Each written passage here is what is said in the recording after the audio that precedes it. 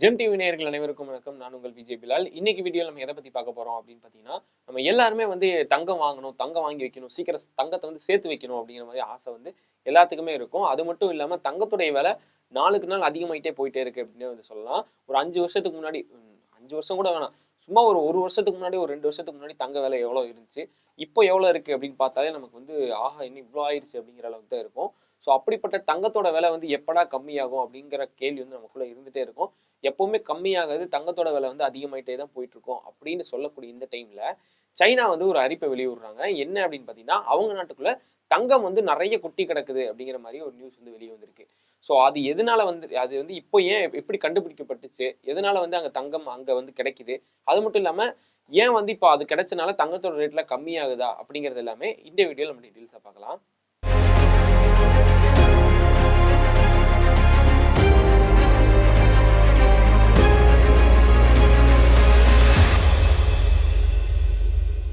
சைனாவில் வந்து ஒரு இடத்துல வந்து ஆல்ரெடி பார்த்தீங்கன்னா சைனாவில் நிறைய வளங்கள் இருக்குது. அதாவது உலகத்தோட ரேர் மெட்டீரியல்ஸ் அப்படின்னு சொல்லக்கூடிய வளங்கள் எல்லாமே வந்து சைனாவில் வந்து அதிகமாக இருக்குது அப்படின்னு சொல்லிட்டு இருக்கு.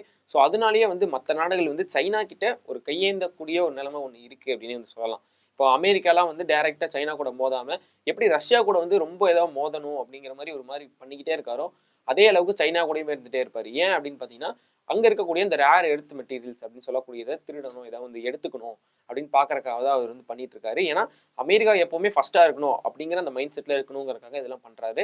இந்த ரேர் எர்த் மெட்டீரியல்ஸ்னால வந்து இந்த ஆட்டோமொபைல் சம்மந்தமாக நம்ம இன்ஜினாக இருக்கட்டும், மொபைல்ஸாக இருக்கட்டும், இந்த மாதிரி நிறைய விஷயங்கள் வந்து பண்ண முடியும். ஸோ அதுக்கெல்லாம் முக்கியமான தேவையாக இருக்குது. அதாவது மொபைல் ஃபோனாக இருக்கட்டும், இது எல்லாமே பண்ணுறதுக்கு முக்கியமான தேவையாக இருக்கிறது அந்த ரேர் எர்த் மெட்டீரியல்ஸ் அப்படின்னு சொல்லக்கூடியது தான். ஸோ அது சைனாவில் அதிகமாக இருக்கிறதுனால அது வந்து எல்லாருமே ஒரு பார்வை இருந்துகிட்டே இருக்குது அப்படின்னு வந்து சொல்லலாம். இது போக இப்போ இன்னொன்று புதுசாக ஒன்று கிடச்சிருக்கு. என்ன அப்படின்னு பார்த்தீங்கன்னா, சைனா கடையில் வந்து நிறைய தங்கம் வந்து இருக்கு, அது சைனா கடையில் ஒரு நிறைய பெரிய ஒரு தங்க வயலே வந்து இருக்கு அப்படிங்கிற மாதிரியான ஒரு பேச்சு அடிபட்டிருக்கு. அந்த தங்க வயல்ல வந்து நார்மல் தங்கத்தோட ஒரு விலை மதிப்பான தங்கம் அப்படின்னு சொல்லலாம்.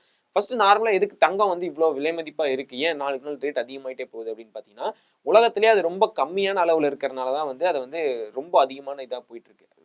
ரேட்டு வந்து ரொம்ப அதிகமாக இருக்கு. அது மட்டும் இல்லாமல் அதை எடுக்கிற வேலையா இருக்கட்டும், அதை வந்து நமக்கேற்ற மாதிரி செய்கிற வேலையாக இருக்கட்டும், அது எல்லாமே வந்து நிறைய கஷ்டப்பட்டு செய்யக்கூடிய வேலைகளாக இருக்குது. ஸோ அதனாலேயே வந்து அதோடைய விலை வந்து அதிகமாக இருக்குது. அது கம்மி ஆக ஆக அதோடைய விலை வந்து அதிகமாகிட்டே போயிட்டு இருக்கு. இதுக்கு இன்னொரு பின்னணி இருக்குது. ஏன் தங்கம் வந்து இவ்வளோ விலையாகுது அப்படிங்கிறதுக்கு, தங்கத்துடைய ரேட்டு ஏன் இவ்வளோ ஏறுது அப்படிங்கிறதுக்கு இன்னொரு பெரிய ஒரு பின்னணியே இருக்குது. அது தங்கத்தை பற்றி தனியாக ஒரு வீடியோ வந்து நம்ம சேனல்லே நிறைய வீடியோஸ் இருக்கும். ஸோ அதில் நீங்கள் போய் பார்த்தீங்கன்னா தெரியும். இந்த தங்கத்தோட விலை இப்போ வந்து அமெரிக்காவும் பார்த்தீங்கன்னா அவங்க நாட்டில் இருக்கக்கூடிய நிறைய இடத்துல வந்து கோல்டு வந்து ஸ்டோர் பண்ணி வச்சிருப்பாங்க. அதே மாதிரி எல்லா நாட்டிலையும் வந்து ஸ்டோர் பண்ணி வச்சிருப்பாங்க. இந்த தங்க வயல் எங்க இருக்கு அப்படின்னு பார்த்தீங்கன்னா, சைனாவில் இருக்கக்கூடிய ஹுனான் மாகாணம் அப்படின்னு சொல்லக்கூடிய இடத்துல தான் பூமிக்கு அடியில் வந்து இருக்கு. கிட்டத்தட்ட 2 to 3 கிலோமீட்டருக்கு அடியில் வந்து இருக்குது அப்படின்னு சொல்லியிருக்காங்க. இது வந்து எப்படி அப்படின்னு பார்த்தீங்கன்னா, உதாரணத்துக்கு இங்க வந்து கிட்டத்தட்ட 1000 மெட்ரிக் டன்னுக்கும் அதிகமான தங்கம் வந்து இந்த பூமிக்கு அடியில் இருக்கு அப்படின்னு சொல்றாங்க. ஸோ ஆனால் இது எடுக்கிறதா வந்து ஒரு சின்ன கஷ்டமான விஷயமா இருக்கு அப்படிங்கிறதையும் அங்க இருக்கக்கூடிய சைனா இருக்கக்கூடிய நிபுணர்கள் எல்லாமே சொல்லி, நார்மலா நீங்க தங்கம் எடுக்கிற இடத்துல ஒரு பாறையை, முழு பாறை, அதாவது பூமிக்கு அடியில தங்கம் கிடைக்கக்கூடிய இடத்துல ஒரு முழு பாறையை வெட்டி எடுக்கிறாங்கன்னா அதுல கிட்டத்தட்ட எவ்வளவு வந்து கிராம் கணக்குல எவ்வளவு கிடைக்கும் அப்படின்னு பார்த்தீங்கன்னா, கிட்டத்தட்ட ஒரு 8 to 10 கிராம் இந்த மாதிரி கணக்குல தான் வந்து தங்கம் வந்து கிடைக்கும். ஸோ அந்த அளவுக்கு அந்த மாதிரி தான் வந்து இருக்கும். ஆனா இங்க சைனால கிடைக்கக்கூடிய ஒரு டன் பாறையில வந்து எவ்வளவு இருக்கும் அப்படின்னு பார்த்தீங்கன்னா, கிட்டத்தட்ட 138 கிராம் தங்கம் வந்து இதுல இருக்கும் அப்படிங்கிற மாதிரி வந்து சொல்றாங்க. ஸோ அதாவது இதுக்குள்ளே டிஃப்ரெண்ட் தெரியுதுல, மற்ற இடத்துல ஒரு இடத்துல நார்மலா ஒரு இடத்துல கிடைக்கக்கூடிய தங்கத்தை விட இங்க வந்து தங்கம் வந்து எவ்வளவு அதிகமா கிடைக்குது அப்படிங்கிறது. ஸோ அதனாலேயே வந்து இது மிகப்பெரிய ஒரு பார்வை ஏற்பட்டிருக்கு அப்படின்னு வந்து சொல்லலாம். அதாவது ஒரு இடத்துல ஒரு விஷயம் ஒன்று கிடைச்சிருச்சு, அது அந்த நாட்டு மக்களுக்கு வந்து சாதகமா இருக்கு, அந்த நாட்டுக்கு வந்து சாதகமா இருக்கு அப்படின்னாலே மற்ற இருக்கக்கூடிய பெரிய நாடுகளுக்கு வந்து அது மேல ஆசை வர ஆரம்பிக்கும். அந்த மாதிரி விஷயங்கள்லாம் வந்து இப்போ கொஞ்சம் கொஞ்சமா அதிகமாக ஆரம்பிச்சிருக்கு. ஸோ மேபி இன்னும் கொஞ்சம் ஏதோ பெருசாகி, ஏன்னா இப்போ பார்த்தீங்கன்னா அமெரிக்காவுமே வந்து இந்த சூழ்நிலையில தான் வந்து இறங்கியிருக்காங்க. அமெரிக்கா மட்டும் இல்லாமல் மற்ற அரபு நாடுகளாக இருக்கட்டும், மற்ற நாடுகள் வந்து இந்த மாதிரி ஆப்பிரிக்கா நாட்டில் வந்து தங்கங்கள் இருக்குது. ஸோ அதை வந்து அந்த வளத்தை எடுக்கணுங்கிறதுக்காக தான் இப்போ அங்கே இருக்கக்கூடிய சுடானில் நடந்துட்டு இருக்க போராக இருக்கட்டும். ஸோ இந்த மாதிரி விஷயங்கள்லாம் வந்து போயிட்டு இருக்கு. இது ஒரு வேற விஷயமா இருக்கும். சரி, ஓகே, இந்த சைனாவுடைய மேட்டர் இருக்கிறோம். இந்த இடத்துல வந்து தங்கம் எடுக்கிறது வந்து கொஞ்சம் கஷ்டமான விஷயம்னு சொன்னேன்ல, அது ஏன் கஷ்டமா இருக்கு அப்படின்னு பார்த்தீங்கன்னா, இப்போ நார்மலாக சொன்ன மாதிரி ஒரு 2 to 3 கிலோமீட்டர் ஆழத்தில் போனோம்னா இந்த தங்கம் வந்து கிடைக்கும். ஆனால் மற்ற இடத்துல இதை விட அதிகமாகவே இருக்கும். 4 கிலோமீட்டர் தூரம் போய் தான் வந்து தங்கம் எடுக்கிற மாதிரி இருக்கும். இப்போ நான் இப்போ சொன்ன மாதிரி ஆப்பிரிக்காலேயே வந்து நீங்கள் தங்கம் எடுக்கணும் அப்படின்னு பார்த்தீங்கன்னா, அங்கே 4 கிலோமீட்டர் வந்து கீழே போய் தான் வந்து தங்கம் எடுக்க முடியும்.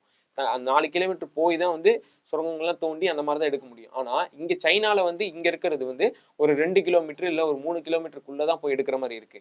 இருந்தாலுமே அது எடுக்கிறது வந்து ரொம்ப கஷ்டமான வேலை. இன்னொரு விஷயம் என்ன அப்படின்னு பாத்தீங்கன்னா, இந்த இடம் கண்டுபிடிச்சிருக்காங்கல்ல, இதை வந்து முழுமையா ஸ்டார்ட் பண்ணி இந்த ஒர்க்கை ஸ்டார்ட் பண்ணி முடிக்கிறதுக்கு வந்து கிட்டத்தட்ட ஒரு 10 வருஷம் ஆயிரும். இப்போ 2025 இருக்கோம் அப்படின்னா இதை வந்து ஆரம்பிக்கிறாங்கன்னு வச்சுக்கோங்களேன். 2035 தான் இதோட வேலை முடிஞ்சு ஒரு தங்கத்தை வெளியே எடுக்கிற மாதிரி ஆகும்.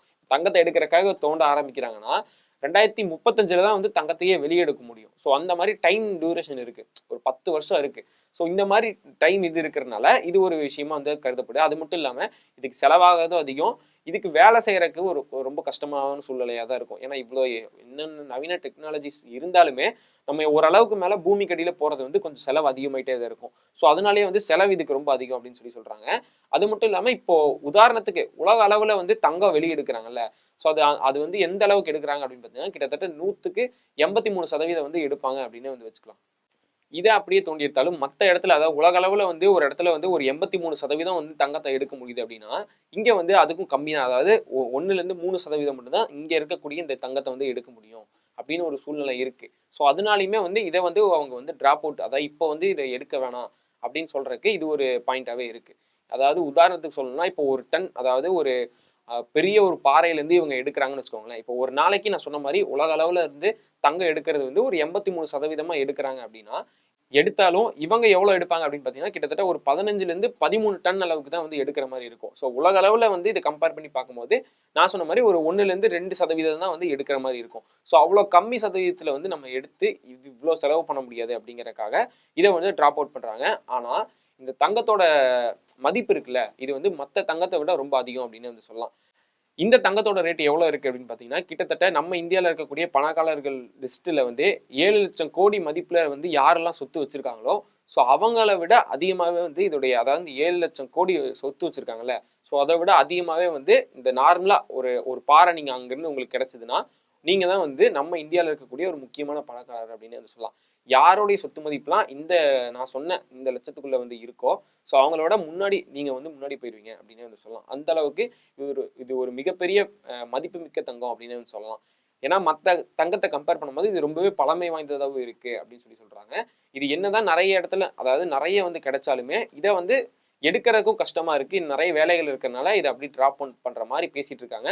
ஆனா இருந்தாலும் சைனா வந்து இதை சும்மா விட மாட்டாங்க. ஏன்னா அவங்க நாட்டுக்குள்ளேயே ஒரு வளம் கிடைச்சிருக்கு அப்படிங்கும் போது சும்மா அதை அப்படியே லேஸ்ல விட்டுட்டு இந்த மாதிரி ஒர்க் அதிகமா இருக்கு, இதை பண்ண முடியாது, பண்ணா இவ்வளவு நாள் ஆகும் அப்படிங்கிறதெல்லாம் எது யோசிக்காம அது எடுக்கிறக்காக வேற என்னெல்லாம் பண்ணலாம் அப்படிங்கிற மாதிரியான ஐடியாலாம் போட்டிருக்காங்க.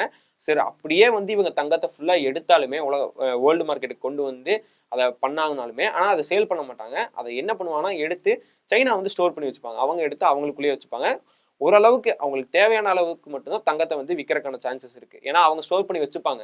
இதனால வந்து எப்படி தங்கத்தோட ரேட்டு குறையும் அப்படின்னு கேட்டிங்கன்னா தங்கத்தோட ரேட்டு குறையாது, ஆனால் சைனா வந்து கரன்சி மதிப்புல வந்து அதிகமாயிருவாங்க அப்படின்னு சொல்லலாம். இப்போ வந்து அமெரிக்கா வந்து முதல் இடத்துல அந்த மாதிரி வந்து இருக்காங்க அப்படிங்கும் போது இதை விட அதிகமா வந்து சைனா போறதுக்கான வாய்ப்புகள் அதிகமாகவே இருக்கு. தங்கத்தோட ரேட்டு எல்லாமே வந்து இவங்க கிட்ட ஸ்டோர் அதிகமா ஆக ஆக தங்கம் வந்து இவங்கள்ட்ட தான் வாங்கணும். இப்போ உலக அளவில் வந்து கம்மியாகும் போது போக போக கொஞ்ச நாள் போக போக எல்லா ரேட்டும் வந்து அதிகமாகும்.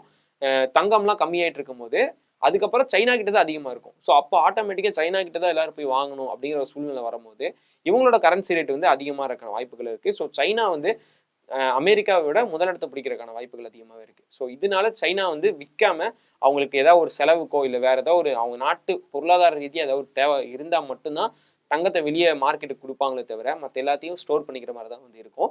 ஸோ இதை பண்ண ஆரம்பிச்சிட்டாங்கன்னா கிட்டத்தட்ட இவங்க ஒரு 10 வருஷம் கழிச்சு தங்கத்தை எடுக்க ஆரம்பிக்கிறாங்க. இன்னொரு 10 வருஷம் வந்து இந்த தங்கத்தை ஃபுல்லாக எடுக்கிறாங்க. ஒரு 20 வருஷம் இந்த தங்கத்தெல்லாம் எடுத்து ஸ்டோர் பண்ணி வச்சுட்டாங்க அப்படின்னா கிட்டத்தட்ட ஒரு 30 வருஷம் 40 வருஷத்துல 30 வருஷம் கூட அவ்வளோ தூரம் கூட போவேன்னா மேக்ஸிமம் ஒரு 30 வருஷத்துல, அதாவது ஃபுல்லாக இந்த ஒர்க் எல்லாம் முடிச்சுட்டாங்க, இருக்கிற தங்கத்தெல்லாம் அப்படியே எடுத்து உள்ள ஸ்டோர் பண்ணி நிறைய வந்து ஸ்டோர் பண்ணிட்டாங்க அப்படிங்கும் போது கிட்டத்தட்ட ஒரு 30 வருஷத்துலேயே பார்த்தீங்கன்னா சைனா தான் வந்து அமெரிக்காவை விட முதலிடத்துல போயிடும் அப்படின்னு வந்து சொல்லலாம்.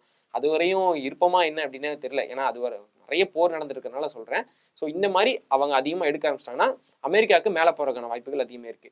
இன்னொரு புதிய விஷயம் என்ன பண்ணியிருக்காங்க சைனா அப்படின்னு பார்த்தீங்கன்னா நிறைய ரோபோக்களை வந்து பார்டர்ல எல்லாம் நிப்பாட்டி வச்சிருக்காங்க. அதாவது ஆர்மியில வந்து நம்ம எந்திரன் படத்துல வந்து நான் ரோபோ தயாரிச்சு ஆர்மியில கொடுக்கணும் அப்படின்னு சொல்லுவார்ல, அந்த மாதிரி சைனா வந்து நிறைய ரோபோக்களை, ஹியூமனாய்டு ரோபோக்களை உருவாக்கி ராணுவத்துக்கு கொடுத்துருக்காங்க. அது எல்லாமே டெஸ்ட் மூலியமா நடத்தப்பட்டுச்சு. கொஞ்ச நாளைக்கு முன்னாடி கூட சைனாவை வந்து ஊர் ஃபுல்லா வந்து நடக்க விட்டுருந்தாங்க. இது மாதிரி எல்லா சூழ்நிலையும் கரெக்டா இருக்குதா, எல்லாத்துக்கிட்டையும் எப்படி நடந்துக்குது அப்படிங்கிற மாதிரி நிறைய டெஸ்ட் எல்லாம் பண்ணி ஹியூமன்ஸோட கரெக்டா இருக்கு அப்படிங்கிற மாதிரிலாம் வந்து சைனாவை ஃபுல்லா சுத்தி நடக்க விட்டாங்க. இந்த மாதிரிலாம் வந்து பண்ணியிருந்தாங்க. ஸோ இதுக்கப்புறம் எல்லா டெஸ்ட்டும் பாஸ் ஆனதுக்கு அப்புறமா இப்போ இந்த ஹியூமன் ரைட் ரோபோட்ஸ் எல்லாத்தையும் வந்து சைனா வந்து ஆர்மியில இறக்கியிருக்காங்க. நம்ம இந்தியா சைனா அந்த பார்டர்ல எல்லாம் நிறைய இடத்துல வந்து நிப்பாட்டி வச்சிருக்காங்க. அதாவது இந்த ரோபோட்டை வந்து அங்க நிறுத்தி வச்சிருக்காங்க அப்படிங்கிற ஒரு செய்தி வந்து வந்திருக்கு. ஸோ இதை பத்தி அடுத்த வரக்கூடிய வீடியோஸ்ல நம்ம டீட்டெயில்ஸா பார்க்கலாம். ஸோ இதே மாதிரி நிறைய யூஸ்ஃபுல்லான வீடியோஸ் பார்க்கறதுக்கு நம்ம ஜெம் டெலிவிஷனை சப்ஸ்கிரைப் பண்ணிக்கோங்க.